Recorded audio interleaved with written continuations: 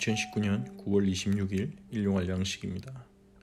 오늘도 하나님의 말씀을 양식 삼아 힘을 얻고 은혜를 누리는 하루 되시기 바랍니다. 요한계시록 21장을 읽겠습니다. 또 내가 새 하늘과 새 땅을 보니 처음 하늘과 처음 땅이 없어졌고 바다도 다시 있지 않더라. 또 내가 보매 거룩한 성 새 예루살렘이 하나님께로부터 하늘에서 내려오니 그 준비한 것이 신부가 남편을 위하여 단장한 것 같더라. 내가 들으니 보좌에서 큰 음성이 나서 이르되 보라, 하나님의 장막이 사람들과 함께 있으며 하나님이 그들과 함께 계시리니 그들은 하나님의 백성이 되고 하나님은 친히 그들과 함께 계셔서 모든 눈물을 그 눈에서 닦아주시니 다시는 사망이 없고 애통하는 것이나 곡하는 것이나 아픈 것이 다시 있지 아니하리니 처음 것들이 다 지나갔음이로라. 보좌에 앉으신 이가 이르시되 보라, 내가 만물을 새롭게 하노라 하시고 또 이르시되 이 말은 신실하고 참되니 기록하라 하시고 또 내게 말씀하시되 이루었도다. 나는 알파와 오메가요 처음과 마지막이라. 내가 생명수 샘물을 목마른 자에게 값없이 주리니 이기는 자는 이것들을 상속으로 받으리라. 나는 그의 하나님이 되고 그는 내 아들이 되리라. 그러나 두려워하는 자들과 믿지 아니하는 자들과 흉악한 자들과 살인자들과 음행하는 자들과 점술가들과 우상숭배자들과 거짓말하는 모든 자들은 불과 유황으로 타는 못에 던져지리니 이것이 둘째 사망이라. 7 대접을 가지고 마지막 7 재앙을 담은 7 천사 중 하나가 나와서 내게 말하여 이르되 이리오라. 내가 신부 곧 어린 양의 아내를 내게 보이리라 하고 성령으로 나를 데리고 크고 높은 산으로 올라가 하나님께로부터 하늘에서 내려오는 거룩한 성 예루살렘을 보이니 하나님의 영광이 있어 그 성의 빛이 지극히 귀한 보석 같고 벽옥과 수정같이 맑더라. 크고 높은 성곽이 있고 12문이 있는데 문에 12 천사가 있고 그 문들 위에 이름을 썼으니 이스라엘 자손 12지파의 이름들이라. 동쪽의 세 문, 북쪽의 세 문, 남쪽의 세 문, 서쪽의 세 문이니 그 성의 성곽에는 12 기초석이 있고 그 위에는 어린 양의 12 사도의 12 이름이 있더라. 내게 말하는 자가 그 성과 그 문들과 성곽을 측량하려고 금 갈대자를 가졌더라. 그 성은 네모가 반듯하여 길이와 너비가 같은지라.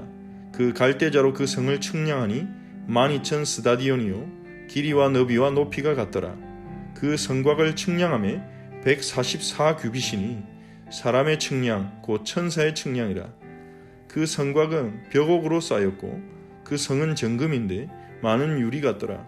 그 성의 성곽의 기초석은 각색 보석으로 꾸몄는데 첫째 기초석은 벽옥이요 둘째는 남보석이요 셋째는 옥수요 넷째는 녹보석이요 다섯째는 홍만호요 여섯째는 홍보석이요 일곱째는 황옥이요 여덟째는 노곡이요 아홉째는 담황옥이요 열째는 비취옥이요 11째는 청옥이요 12째는 자수정이라.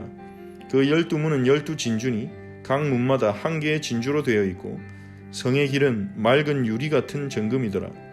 성 안에서 내가 성전을 보지 못하였으니 이는 주 하나님 곧 전능하신 이와 및 어린 양이 그 성전이심이라.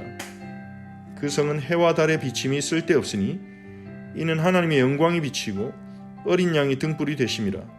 만국이 그 빛 가운데로 다니고 땅의 왕들이 자기 영광을 가지고 그리로 들어가리라. 낮에 성문을 도무지 닫지 아니하리니 거기에는 밤이 없음이라. 사람들이 만국의 영광과 존귀를 가지고 그리로 들어가겠고 무엇이든지 속된 것이나 가증한 일 또는 거짓말하는 자는 결코 그리로 들어가지 못하되 오직 어린 양의 생명책에 기록된 자들만 들어가리라. 아멘. 요한계시록 21장은 하나님의 새 창조가 완성되는 그날을 그림으로 보여줍니다. 그래서 성경은 창세기 1장의 창조로 시작해서 요한계시록 21장의 새로운 창조로 그렇게 끝납니다. 창조에서 새 창조로, 언약에서 새 언약으로. 그것이 성경의 흐름이죠. 하나님의 새 창조를 요한이 그 모습을 목격한 요한이 자신이 표현할 수 있는 최대한의 언어로 표현하는 것입니다. 새 하늘과 새 땅이 이루어졌다고 말합니다.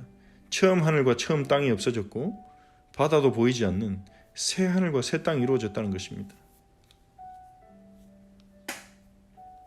새 하늘과 새 땅에서 바다가 문자적으로 정말 없을 것인가? 그것은 신학자들의 해석에 따라 각각 다른데요. 이 바다라는 개념이 유대인에게는 죽은 자들의 처소, 음부라고 그렇게 보는 해석이 있습니다. 왜냐하면 계시록 20장에서도 바다가 그 가운데서 죽은 자들을 내주고 그렇게 말했죠.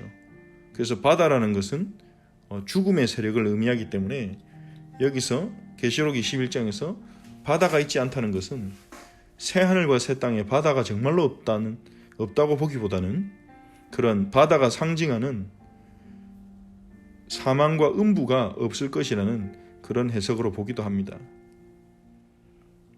또한 새 하늘과 새 땅이 이루어진 그곳에 거룩한 성 새 예루살렘이 하늘로부터 내려옵니다. 즉 하나님의 나라가 위로부터 이 땅에 임하는 것이죠. 예수님이 주기도문에서 가르치신 것처럼 하나님 나라는 우리가 가야 할 천국은 우리가 이 땅을 떠날 때 죽게 되었을 때 우리 영혼이 육신을 따서 우리 영혼만 가서 거하게 되는 어딘가가 아니라 성경이 말하는 천국은 이 땅에 임하는 것입니다. 하나님의 영적 세계가 이 땅에 와서 임하여서 에베소 1장 10절처럼 그리스도 안에서 하늘과 땅이 통일되는 것, 그것이 하나님의 목표이자 비전이죠. 계시록 21장 역시도 우리가 어딘가에 가는 것이 아니라 이 땅이 새 하늘, 새 땅으로 새롭게 갱신된다, 그렇게 말합니다. 그때 거룩한 성 새 예루살렘이 내려오는데 이것은 어떤 건물이 개념이라기보다는 교회를 의미한다고 우리는 봐야 합니다. 그 거룩한 성 새 예루살렘은 신부가 남편을 위해 단장한 것처럼 아름답게 준비된 모습으로 임하는 것입니다. 그래서 어린 양의 혼인잔치가 일어나죠. 교회가 영화롭게 된 모습이라고 우리는 생각할 수 있습니다. 하나님께서는 하나님의 백성을 영화롭게 하실 것이라고 로마서에 사도 바울이 그렇게 말했죠. 우리를 부르신 주님께서 우리를 거룩하게 하시고 의롭게 하셨고 의롭다 하시고 거룩하게 하시고 영화롭게 하실 것이라고 했습니다. 하나님의 은혜로 영화롭게 된 그 교회 공동체가 이제 이 땅에서 하나님과 함께 온전한 연합의 관계 속에서 살아가는 것입니다. 그것이 우리의 미래죠. 우리의 비전입니다.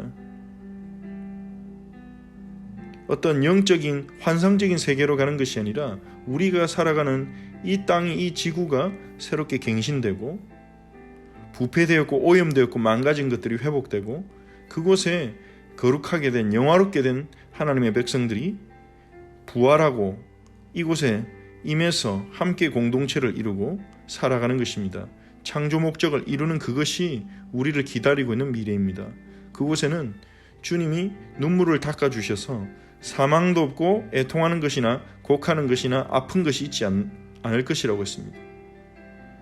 하나님의 말씀에 의해서 온 땅은 새롭게 될 것입니다.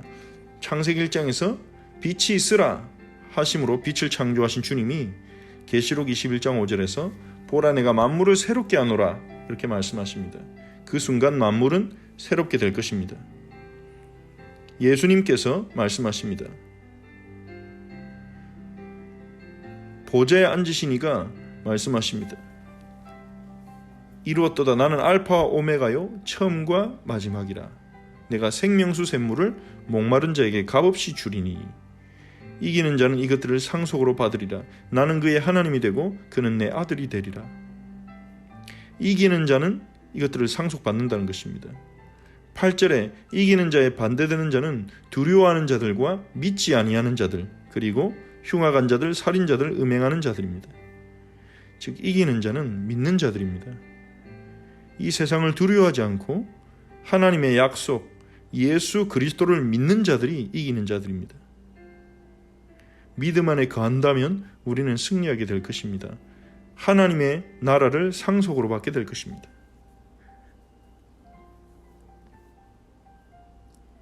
그리고 7 대접을 가진 천사 중에 하나가 요한을 불러서 성령으로 크고 높은 산으로 데리고 갑니다. 그리고 하늘에서 내려오는 거룩한 성 새 예루살렘을 보여줍니다. 이 새 예루살렘이 실질적인 문자적으로 건물이 아니라 교회 공동체를 의미한다는 것을 우리는 이 두 번째 단락에서 21장의 두 번째 단락에서 확인할 수 있습니다. 이 예루살렘의 특징은 하나님의 영광이 있습니다. 하나님께서 하나님의 영광을 우리에게 두셨죠. 성도를 성전 삼으셨습니다. 너희가 하나님의 성전인 것과 하나님의 성령이 너희 안에 거하시는 것을 알지 못하느냐. 우리 안에 성령이 계시기에 하나님의 영광이 우리 안에 임해 있는 것입니다. 그래서 우리는 그 영광의 빛을 비출 수 있는 것입니다. 또한 이 거룩한 성 새 예루살렘은 12개의 문이 있고 12천사가 있고 12지파의 이름이 있고 12기초석이 있고 12사도의 이름이 있다. 이것들은 전부 교회를 의미하는 것들이죠. 즉 이 거룩한 성 새 예루살렘이 교회 공동체를 말하는 것이라는 것입니다. 또한 특징이 16절에 보니 이 거룩한 성 새 예루살렘이 길이와 너비와 높이가 똑같다고 말합니다. 즉 정육면체 큐브의 모양이죠. 이 거룩한 성 새 예루살렘은 정육면체 큐브의 모양을 하고 있습니다. 이 큐브의 모양을 한 것은 성경에서 구약에서 지성소입니다. 하나님이 성막을 만들 때 지성소를 길이와 높이와 넓이가 같게 만들게 하셨습니다. 지성소는 하나님의 임재가 있던 곳, 가장 거룩한 곳이죠. 즉 하나님이 이 교회 공동체를 지극히 거룩하게 하신다는 것입니다. 하나님이 함께 하기 위해서. 지금 우리와 함께 하시는 것보다 더 긴밀하게, 더 친밀하게, 더 가까이에 함께 하기 위해서 하나님은 교회를 거룩하게 하시고 그곳에 임하실 것입니다. 성곽을 측량하니 144규빗입니다. 이 144라는 숫자도 상징적이죠. 12 곱하기 10입니다. 교회의 숫자를 곱한 숫자죠. 그리고 이 성곽은 12가지 보석으로 꾸며져 있습니다. 역시 10이 교회의 숫자죠. 특징이 이 성 안에서 성전이 없다는 것입니다. 왜 그렇습니까? 전체가 성전이기 때문에. 하나님 전능하신 이와 어린 양이 성전이시기 때문에, 하나님이 함께 하시기 때문에 성전이 필요 없는 거예요. 모든 공간 속에, 새하늘과 새 땅의 모든 공간이 지성소가 되고 성전이 되는 것입니다. 어디서나 하나님의 영광을 보고 하나님과 교제할 수 있고 하나님과 친밀함을, 관계를 누릴 수 있는 것입니다. 그 성에는 해와 달이 쓸데가 없다고 말합니다. 왜냐하면 하나님의 영광이 충만하기 때문에, 어린 양이 등불이 되시기 때문에. 놀라운 세상이죠. 우리가 교회에서 하나님의 친밀함을 느끼고 하나님의 은혜를 받고 그 은혜로 말미암아 우리가 서로 사랑하는 공동체가 될 때 이러한 나라를 아주 조금 맛보고 경험하고 선취하는 것입니다. 아, 이런 나라구나. 우리가 경험한 이 작은 은혜들이 충만한 세상이구나. 충만한 하늘과 땅이 되겠구나. 우리는 꿈꾸고 상상하고 기대할 수 있는 거죠. 교회 공동체를 통해 하나님 주신 은혜를 맛보고. 하지만 이것은 분명한 미래입니다. 진행 중인 프로젝트가 아니라 예수님의 십자가 죽음과 부활을 통해 완성된 프로젝트입니다. 이 땅에 임하는 그날만을 기다리고 있는 거죠. 새 하늘과 새 땅에서 살아가는 사랑의 공동체, 언약의 공동체, 축복의 공동체, 그것이 그리스도 안에 있는 우리를 위해 하나님이 예비하신 미래입니다. 구원은 이토록 놀라운 것입니다. 구원의 미래적인 측면은 이토록 우리에게 큰 소망을 주는 것입니다. 오늘 우리에게 주신 구원의 축복이 얼마나 큰지를 생각하시면서 하나님께 감사가 회복되고 그 하나님을 위해 어떻게 살아갈 것인지, 어떻게 하나님을 우리가 기쁘게 할 것인지를 질문하며 하나님과 친밀한 교제를 누리는 오늘 하루 되시기 바랍니다. 또 주일에 주셨던 말씀을 다시 한번 생각하면서 하나님의 영광의 빛이 우리에게 비추어져서 우리 안에 어둠이 떠나가도록, 어둠이 드러나고 떠나가도록 빛의 자녀로 빛 안에서 살아갈 수 있게 해달라고 우리 함께 기도하겠습니다. 하나님께 감사를 드립니다. 우리를 빛의 자녀로 구원하시고 생명 주신 주님의 감사를 드립니다. 하나님, 계시록 21장을 통해 하나님의 백성들이 마지막 때에 누리게 될 구원의 완성의 모습을 보게 하시고 상상하게 하시고 기대하게 하여 주심에 감사를 드립니다. 우리가 교회 공동체 안에서 하나님의 성령이 역사하실 때 맛보는 주님과의 친밀한 교제, 우리를 향한 주님의 사랑, 또 그 사랑으로 서로 성도들을 사랑할 때 우리가 경험하는 그 평안과 그 사랑의 깊이를 통해서 하나님이 그것이 온전히 충만하게 될 그 나라를 꿈꾸게 하시는 주님을 찬양합니다. 우리에게 주신 구원이 얼마나 크고 놀라운 축복인지요.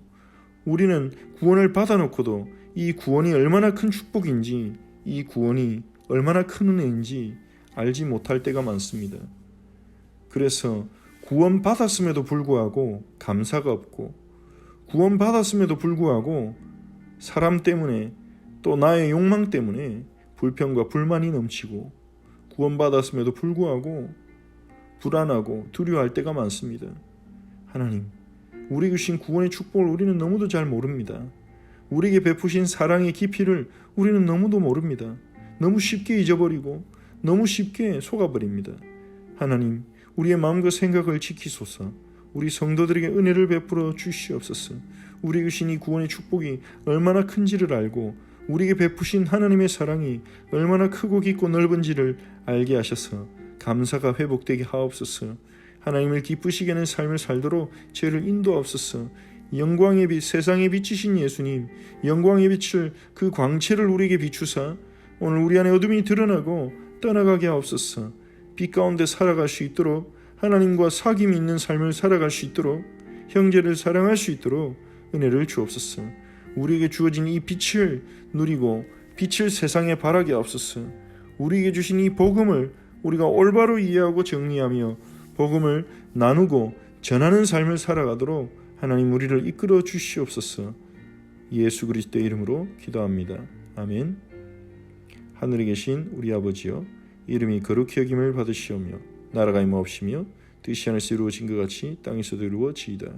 오늘 우리에게 일용할 양식을 주시옵고, 우리가 우리에게 죄 지은 자를 사하여 준 것 같이 우리 죄를 사하여 주시옵고, 우리를 시험에 들게 하지 마시옵고 다만 악에서 구하시옵소서.